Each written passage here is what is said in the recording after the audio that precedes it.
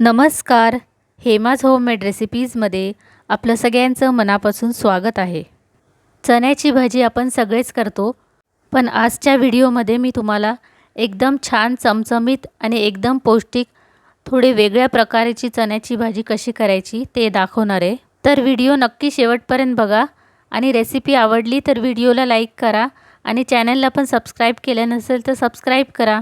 मोड आलेल्या कडधान्यामध्ये खूप प्रोटीन्स असतात. तर आज आपण असेच मोड आलेले चण्याची भाजी करणार आहोत आणि हे लांब लांब मोड कसे येतात ते पण मी तुम्हाला सांगणार आहे. एरवी जसं आपण कडधान्य भिजून मग त्याला कपड्यात किंवा मग चाळणीत ठेवतो आणि तेव्हा छोटे छोटे मोड येतात, तर ह्याला पण छोटेच मोड आले होते. पण हे चणे एक्स्ट्रा झाले होते म्हणून फ्रीजमध्ये मी असं झाकण लावून ठेवलं. झाकण आपल्याला एकदम पॅक नाही करायचे, थोडंसं उघडं ठेवायचे. तर 2 ते 3 दिवसांनी बघितलं तर ह्याला एवढे मोठे मोड आले होते. ही ट्रिक तुम्ही पण कधीतरी ट्राय करून बघा. आता हे चणे मी चांगले स्वच्छ धुवून घेतलेत आणि कुकरमध्ये पाणी टाकून ह्याला चांगलं शिजून घेणार आहे. 3 ते 4 शिट्ट्या करून घ्यायच्या आहे. आता आपल्याला चण्याची सुकी भाजी करण्यासाठी कढई ठेवायची गॅसवर आणि त्याच्यामध्ये आपल्याला 2 ते 3 चमचे तेल टाकायचे. तेल गरम झाले की ह्याच्यामध्ये मी 1 चमचा मोहरी टाकली आहे आणि 1 चमचा जिरं टाकलेलं आहे आणि गॅसची फ्लेम आपल्याला कमीच ठेवायची आहे. आणि ह्याच्यामध्ये मी 1 चमचा अद्रक लसूण बारीक खलबत्त्यात चेचून टाकलेलं आहे. 2 ते 3 चमचे ह्याच्यामध्ये मी धने आणि जिरेची पावडर टाकली आहे. कढई जास्तच गरम झाली म्हणून मी गॅस बंद केला आहे, नाहीतर मग आपले मसाले करपू शकतात. ह्याच्यामध्ये मी 1 चमचा जिरं आणि 3 चमचे धने घेतलेत, ते एकत्रच बारीक करून ह्याच्यामध्ये टाकले. आता ह्याच्यामध्ये आपल्याला पाव चमचा हळद टाकायची आहे. पाव चमचा ह्याच्यामध्ये हिंग टाकायचा आहे. 2 छोटे चमचे मी ह्याच्यामध्ये लाल तिखट टाकले.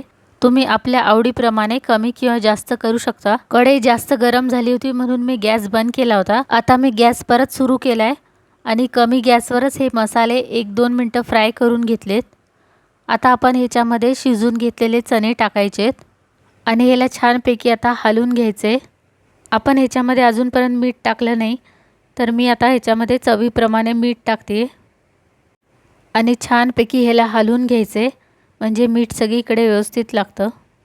अर्धा चमचा ह्याच्यामध्ये मी छोले मसाला टाकला आहे आणि जर छोले मसाला नसेल तर तुम्ही ह्याच्यामध्ये गरम मसाला टाकला तरी चालतो. ह्याच्यामध्ये मी 1 वाटी नॉर्मल पाणी टाकलं आहे आणि आता आपल्याला हे चणे छानपैकी शिजवून घ्यायचेत. चणे ऑलरेडी आपले शिजलेलेच असतात, पण मसाल्यासोबत त्याला अजून छान शिजवण्यासाठी ह्याच्यावर झाकण ठेवायचं. मीडियम गॅसवर ह्याला 3 ते 4 मिनटं चांगलं शिजून घ्यायचे. आता आपण झाकण काढून बघूया.